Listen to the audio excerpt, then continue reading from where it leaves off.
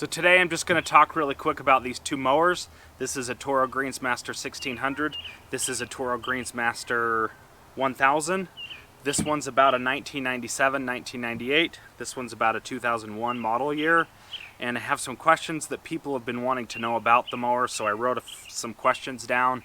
I'm going to kind of go over a couple of the questions that people want to know about. So the first question that people have asked me that I want to talk about is, how tall can you mow with these mowers? I am not entirely sure how tall you can mow with these mowers, but I think this mower goes up to about maybe an inch or an inch and a quarter or something like that. I'm not entirely sure. I mow mine at 5/8 of an inch. I just kind of went from about an inch to 3/4 of an inch, and then I brought it down to 5/8 of an inch. It wasn't that difficult to get it to 5/8 of an inch. Even from an inch and a half, you could go straight to 5/8 of an inch and just go for it.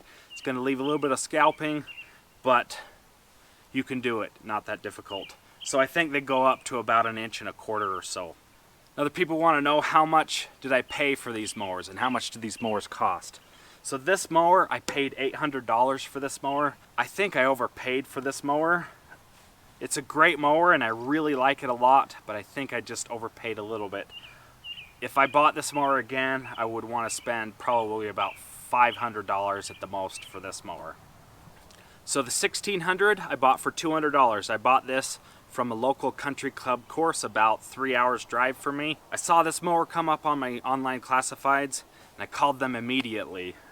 He was originally selling it for $100 and he told me he had it sold, and I talked him into selling it to me for $200 because I told him that I would give him double. So that was a steal for this mower. This mower, about this age, you're probably looking at about $1,000, $1,200, $1,300 for this mower. How much do these mowers cost brand new? I don't know that. I think they're somewhere between $5,000 and $10,000 for these mowers brand new. I can't say for sure because I do not know. Maybe somebody will pipe in the comments and mention that. I don't know. Another question is, how often do you service these mowers? And how much does it cost to service these mowers? When I bought this mower for $200, I went down there and picked it up and it looked like the reel was in pretty tough shape. It didn't cut paper and I couldn't get it to cut, and it was in pretty bad shape. So I tried cutting the paper under here and I couldn't get it to cut. So the first thing I did is I left the country club and drove straight to my mechanic. He was about 2 hours drive from there and I just dropped it off to him. He charged me, I think, around $400 to completely go through it and service it. I know, that's a lot of money, and that's sticker shock for pretty much everybody, and I'm probably going to get hate comments for that. But he pretty much serviced the whole thing for me, did the lubing, changed the belts, did the oil, sharpened the reel. He did a spin grind and a relief cut grind on the reel. He sets the height of cut for me. And he put a new air filter on, and he did a brand new bed knife. He charges about $65 an hour to work on these machines, and the rest of the money of that $400 was all parts. New bed knife, new air filter, and I think he put some belts on, and I think that's it. So yes, it is a little bit expensive to get these machines serviced. Whenever I take these machines in, it generally costs about $100 to sharpen the reel. You can sharpen the reel yourself. It's called backlapping. You use some backlapping compound. It's kind of like liquid sandpaper, and you run the reel in reverse and you rub the reel against the bed knife here and it will sharpen it that way. That is a great way to sharpen your reel, and you can do it, and a lot of people do it like that, homeowners and such. So people want to know, where do you take these to service? The guy that services these machines for me, he used to work for Jacobsen for like 20 years, and then he left Jacobsen and then he opened his own little backyard shop. He's just a mom and pop type shop. He does it out of his garage, but he knows how to grind reels. He's been doing it for 30 years, and he works on all machines. He works on Toros, John Deeres, and Jacobsens, and he does golf equipment for the mom and pop golf course people that don't have the money to spend on a big expensive reel grinder. So I take it to him. Where would you want to take yours? I would suggest calling local golf courses and asking them if they'll sharpen it for you, or asking them if they know somebody who will sharpen them for you. So people have asked about this rear roller right here and this front roller. So how this machine works is these wheels come off like this, So this is the axle, and this wheel sits on the axle. It's for transportation purposes only. The front roller is one point that sits on the ground, and this rear roller is another point that sits on the ground. So they sit on the ground like this, and so they kind of span over bumps like that, and so you don't get the scalping that you normally would with, say, a rotary mower. If one wheel dips down into a hole with a rotary mower, you'll get those donuts and those scalping issues. I get those scalping issues with this lawn if I lower my blade really low with a rotary mower. These mowers don't scalp as much as, say, a rotary mower because it has two full points of contact, so it kind of rides over the bumps a lot easier. And it doesn't dip down into holes. I've had some people ask me, how do you adjust the height of cut? This is a height of cut gauge. How this thing works is it's got this little button on the top here, right there, and you're measuring the height, or you're measuring the distance from the underside of this button to this piece of steel here. So if you're wanting to adjust the height of cut, and you want to check your height of cut measurement, you put one end of the adjustment tool down on this roller, you put the other end of the adjustment tool on the front roller like that, then you want to put this little button and hook it right here on the bed knife. So you hook this right here like that, put one end down here, the other end up here, and then you read this gauge right here. So you got to read this small dial and this upper dial, the big dial here. So mine is set to, it's almost set to 0.7. So that's not even 5/8 of an inch, which is not good. It's about 0.7, almost 0.7, because that's not quite to the zero there. So I'm about 7/10, so about 7/100 of an inch. You check it here, and you check it here. When you want to raise or lower the height of cut, you adjust this, and it'll raise and lower this roller to give you, if you lower this, it'll bring the height of cut up, and if you raise it, it'll take the height of cut down. So there's one over here, and there's one over here. So if you can see this blade of grass right here, the reel needs to be able to cut like scissors the piece of grass like that, all along the edge of the reel to the bed knife. And so sometimes this gets out of sync and it needs to be adjusted. So if you can see that piece of grass right there, it cuts it perfectly. And so you have to check the reel to the bed knife every day you want to do cuts. And how you adjust that. So if you want to adjust the reel to bed knife, you take a 5/8 inch wrench on this machine and a 3/4 wrench on the other machine, and you turn it right here. This little thing right here will click like that. So you want to adjust it one click. Clockwise will tighten it, counterclockwise will loosen it. So you just adjust it one click at a time. So you adjust that one click at a time, and then you check the other side right there. So you want to check that using the piece of paper, cutting all along the whole edge of the bed knife here. And this is really sharp, and these are really sharp too. It's like scissors, so you need to wear gloves or be super careful, so you can cut yourself really easy, and I have done that with my fingers. So reel replacement. People have asked me about getting a new reel. The reel on this thing probably costs about $250, and when you replace the reel, you've got to replace the bearings that go here and over there so it can freely spin on the axle. That's a pretty expensive proposition.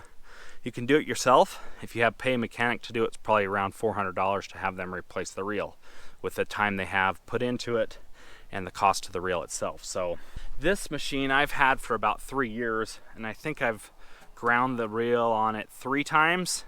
I've had this machine just since this spring, and I've only ground the reel on this one. So this one's quite a bit more worn down than this one here, but you can grind the reels for several years. If you're a homeowner, you can just keep grinding them and they'll last a long time. So the reels kind of last a long time. You do have to get them sharpened though. So this bed knife right here has to be replaced. These are about $30, $35, $40, $25. These have to be replaced. When you replace the bed knife, you replace these screws right here. So these are disposable.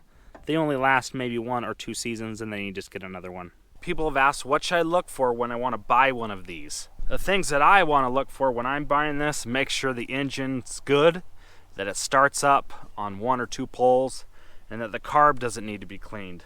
Generally on small engines, the carb always is the problem. It needs to be cleaned regularly. I bought this machine this year and the carb's all gummed up. It doesn't run very smoothly. Have to put the choke on about half. So I've got to take the carb off and clean it myself, or take it to a guy. I think I'm just going to take it to the guy who does it every day. Charges me $30 to clean the carb, and I'd say that's a fantastic deal because it's somebody else local wanted $80. You want to look at this reel here, see if it's in good shape, see how much distance there is from here to here to see how much wear there is on it. You'll want to check the bed knife here to see how worn that is. Look to see if this bed knife is straight. You'll want to make sure that this cuts paper all along and that it's smooth. I bought a McLean mower and this bed knife was totally warped like that, and there were gaps of about 1/4 inch in places. I ended up selling that mower. You want to know how old the mower is, where it was used, what kind of grass people cut with it. So those are the things that I check for. Make sure the engine's working well, check the air filter, see how dirty it is. If it's super dirty, that means they weren't taking care of the machine and they were just letting it get dirty, and the engine's probably nasty. You want to check the reel to the bed knife and make sure things are good there. And then you want to make sure it has one of these stickers right here. So what is the difference between this mower and a McLean or a True Cut or a California trimmer? That I don't have the answer to, and I cannot tell you which machine is better. This is a commercial machine. Those other machines are more designed for maybe like light commercial or a homeowner atmosphere, but these are made to be used every day in a golf course setting. I'm not saying one is better than the other, but this is a full-blown commercial machine. This machine, brand new, probably costs $6,000 to $10,000 brand new, and a True Cut brand new is around $2,500 brand new, maybe $3,000. I don't know for sure. The guy that sharpens my mowers, he wouldn't take a McLean or a True Cut. He didn't even know what they were, which surprised me. But I asked him if he would sharpen like a McLean or a True Cut, and he said no, I wouldn't. So that's why I wanted to get this, because I found somebody who was willing to do the work and sharpen it for me. Another reason that I like these commercial models is they're plentiful. They're all over the country, and golf courses know how to service these. So it's a lot easier to find somebody that's willing to sharpen it for me or for you. That's why I wanted to go with a Toro, a John Deere, or a Jacobsen. My mechanic told me that he likes working on Toros the best, so I've been kind of partial to Toros, but I think John Deere makes a great machine as well. I almost bought a Toro triplex mower, but didn't end up buying that. That's why I'm more partial to the commercial Greensmasters. These machines take some getting used to. They kind of will just go. They're really powerful, and the roller will just go. And so if you're not used to it, there is a learning curve that goes along with one of these machines. It's fairly easy for me to do because I have wide open spaces and I've got a lot of lawn to mow. So for me, it's pretty easy. But if you've got something really tight, maybe only like 1,000 square feet, or you've got a lot of curves and such, it might be a little bit more difficult. The one positive about these mowers is it's got the RPM adjustment up there, so you can dial it down and you can kind of creep along and go a lot slower around the curves, or if you have bumps and stuff like that. So here's the grass catcher. The reel cuts there and then it throws the grass up into the front of the machine. Traditional rotary styre mowers tend to throw the clippings to the rear. Reel mowers tend to throw the clippings towards the front. So if I was in the market to buy a reel mower, I'd want to make sure it has a grass catcher as well. For me, a grass catcher for me is an absolute must. I like to catch the clippings because I don't like the clippings on the lawn. They kind of leave a yellowish look and then they get tracked into the house. I don't like to mulch that much. I'd rather collect the clippings, and I know I'm really bad because I like to collect the clippings and don't mulch.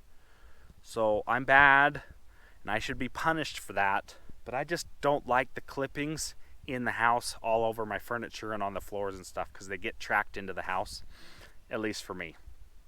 So for me, a grass catcher is a must. So that's all I've got for tonight. I'm sure I missed some questions about the lawnmowers. I'll be happy to answer any more you have.